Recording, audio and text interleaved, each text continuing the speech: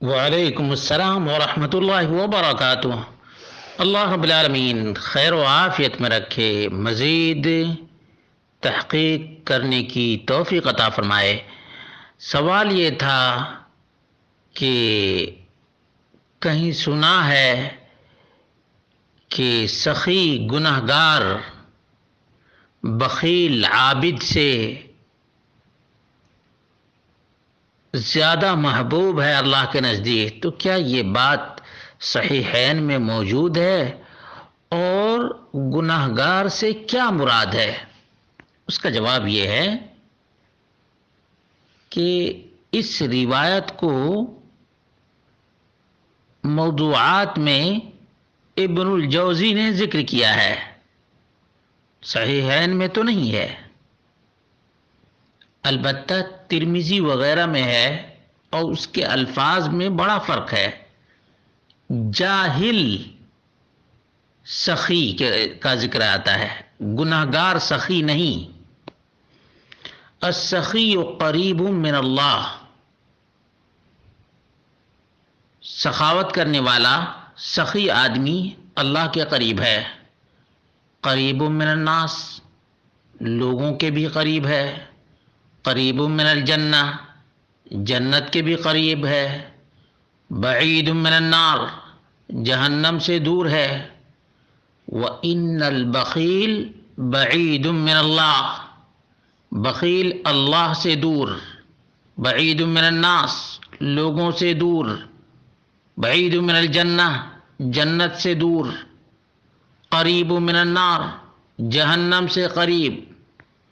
وَلَجَاهِلٌ سَخِيٌّ أَحَبُّ إِلَى اللَّهِ مِنْ عَابِدٍ بَخِيلٍ، سخی جاہل اللہ کے نزدیک عابد بخیل سے زیادہ محبوب ہے۔ وَأَدْوَدَّ الْبُخْلِ، سب سے بدترین بیماری بخیلی ہے۔ یہ ذخیرۃ الحفاظ جلد نمبر 3 صفحہ نمبر 1489 ہے۔ اس میں ایک راوی ہے سعید الوراق، اس کے بارے میں محدثین کا کہنا ہے لیس بشیء فی الحدیث، حدیث میں ذرہ برابر اس کی کوئی ویلیو نہیں ہے۔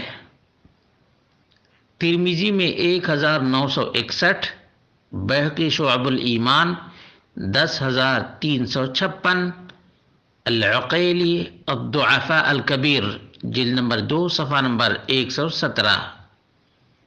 معلوم یہ ہوا کہ اس قسم کی روایتیں ہمارے یہاں عام ہیں، لیکن صحیح ترین توحید اور عقیدے سے متعلق احادیث گویا جان بوجھ کر چھپائی گئی ہیں۔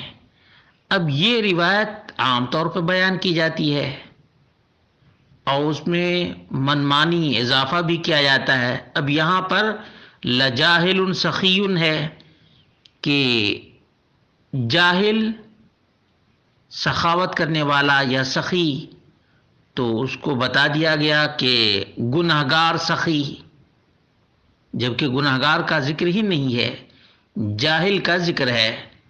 اس لیے بعض لوگ جو عام طور پہ تقریروں میں اور خاص طور سے لچھے دار تقریر میں بیان کرتے ہیں، انہیں اللہ رب العالمین سے ڈرنا چاہیے، کیونکہ عوام پر اس کے برے اثرات ہیں۔ اس لیے ابن الجوزی نے الموضوعات میں اس کو ذکر کیا ہے۔